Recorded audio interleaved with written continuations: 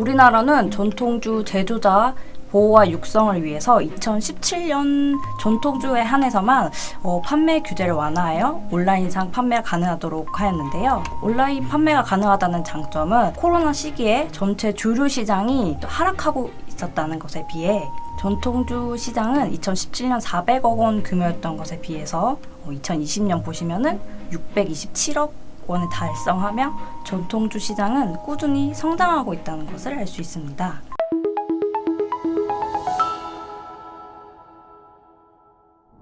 안녕하세요. 컨설팅 본부의 현단아 마케터입니다. 오늘은 MZ세대 공략을 위한 전통주 마케팅 제안에 대해 말씀드리려고 합니다. 전통주 시장이 점점 확장되고 있는 것에 비해 온라인 판매를 어려워하시는 분들이 많이 계시더라고요.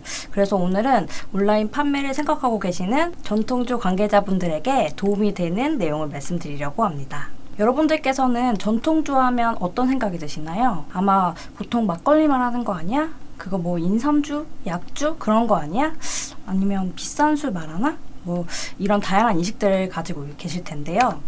저는 바로 이런 편견을 변화의 기회로 삼아 전통주에 대한 인식 개선 마케팅이 필요하다고 생각합니다. 전통주에도 뭐 막걸리뿐만 아니라 과실주, 약주, 청주, 증류식 소주, 리큐르 등 다양한 종류가 있다는 것을 적극적인 마케팅을 통해 홍보해야 한다고 생각합니다.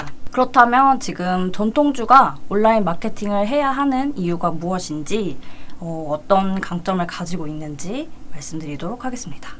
첫 번째는 바로 지금 코로나로 인해 비대면 온라인 거래가 확산되고 있다는 것인데요. 전통주가 법적으로 유일하게 온라인 판매가 가능한 주류 제품이라는 것이 바로 가장 큰 강점이라고 할 수 있습니다.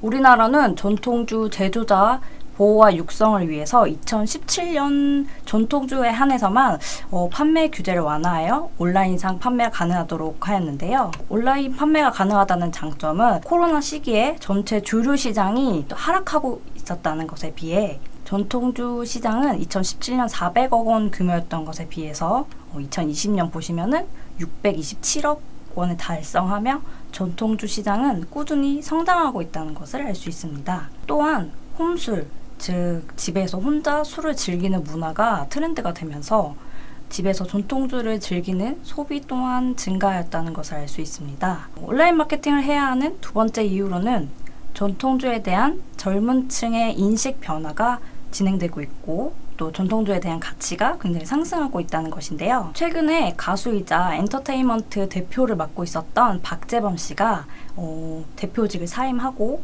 전통주인 증류식 소주의 사업에 뛰어들면서 원소주가 MZ세대 중심으로 굉장히 핫한 아이템으로 떠올랐는데요. 온라인 판매 26분 만에 9억 원치 약 6만 병이 팔리면서 매진될 정도로 엄청난 인기를 끌었다고 합니다. 원소주로 인해 MZ세대가 다른 전통주에 대한 관심을 많이 가지게 되었고 또 기존에 뭐 올드하다, 향이 좀 강하다? 약간 이런 부정적이었던 편견이 이제 다시 뭐 좀 친근하고 뭐 핫한 아이템으로 떠오르는 이제 긍정적인 인식으로 전환되고 있기 때문에 자사의 전통주 제품을 원소주와 같이 하나의 브랜드로 각인시키는 마케팅이 필요하다고 생각합니다. 전통주 키워드 검색 결과를 보시면 PC와 모바일을 합친 월간 검색량이 약 25,200번인데요.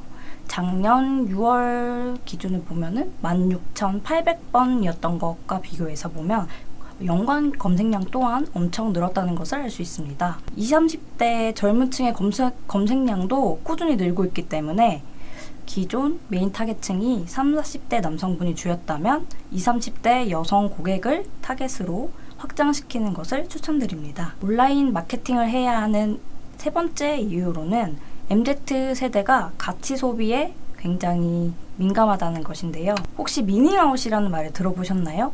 자신의 취향이나 가치관을 소비 행위로 표출하는 것을 미닝아웃이라고 하는데요. 쉽게 말하면 좋은 일을 하거나 또 가치관이 맞는 제품이나 브랜드를 돈줄 낸다라는 표현으로 이제 돈으로 혼줄 내자라는 표현을 하기도 하는데 바로 이 미닝아웃 심리를 잘 공략한 것이 바로 농캐팅이라는 SNS 마케팅인데요. SNS로 자신이 판매하고 있는 농산물의 스토리, 가치 이런 것들을 꾸준히 표출했고 그 가치에 공감한 소비자들이 시중 가격보다 더 비쌈에도 불구하고 구매를 하는 이런 마케팅 효과도 볼 수 있었습니다. 두 번째는 파타고니아라는 아웃도어 브랜드인데요. 필요하지 않다면 사지 말아달라는, 이제 환경을 위해서 사지 말아달라는 메시지를 담아 마케팅을 하였고, 이제 착한 가치 소비자들에게 많은 주목을 받은 제품입니다. 이처럼 브랜드에 있어서 가치를 담는 것, 스토리를 담는 것이 매우 중요해졌는데요. 이런 스토리를 가장 잘 표현할 수 있는 게 바로 SNS와 같은 온라인 매체이기 때문에 온라인 광고 또한 굉장히 중요해졌다는 것을 알 수 있습니다. 마지막으로 이제 MZ세대들은 이제 더 이상 가성비, 가격 대비 성능이 좋은 것을 찾는 것이 아니라 가심비, 가격 대비 심리 만족이 큰 제품을 찾게 되면서 가격에 대한 거부감이 줄어들고 대신 품질이나 가치에 대한 기대치가 굉장히 높아졌다는 것을 말씀드리고 싶습니다. 그렇기 때문에 저는 우리나라의 전통주들이 가진 역사와 가치, 품질에 대해서 마케팅한다면 분명히 좋은 성과를 거둘 수 있을 거라고 생각합니다. 제가 MZ세대 공략 마케팅으로 가장 추천드리는 것은 첫 번째는 아무래도 이제 네이버 파워링크나 쇼핑 검색 등 브랜드 검색 최적화를 가장 먼저 이루시라고 말씀을 드리고 있고요. 두 번째로는 온라인 배너를 통한 적극적인 노출과 SNS에서 참여 이벤트, 후기 이벤트 이런 거 이용해서 좀 젊은 층이 참여하여 할 수 있는 이벤트를 열어보시는 것도 추천드리고요. 다양한 콜라보 상품이나 패키지를 준비해 보시는 것도 추천드리고 있습니다. 전통주의 경쟁력이 높게 평가되고 있고 소비자들의 주목 또한 쏠린 지금 이 상황이 바로 브랜딩 마케팅을 해야 할 가장 중요한 시기라고 생각합니다. 앞서 말씀드렸던 매체뿐만 아니라 좀 더 다양한 매체 제안이나 브랜딩 하는데 궁금하신 게 있으시면 언제든지 편하게 연락주세요. 지금까지 시청해주셔서 감사합니다. 현단아 마케터였습니다.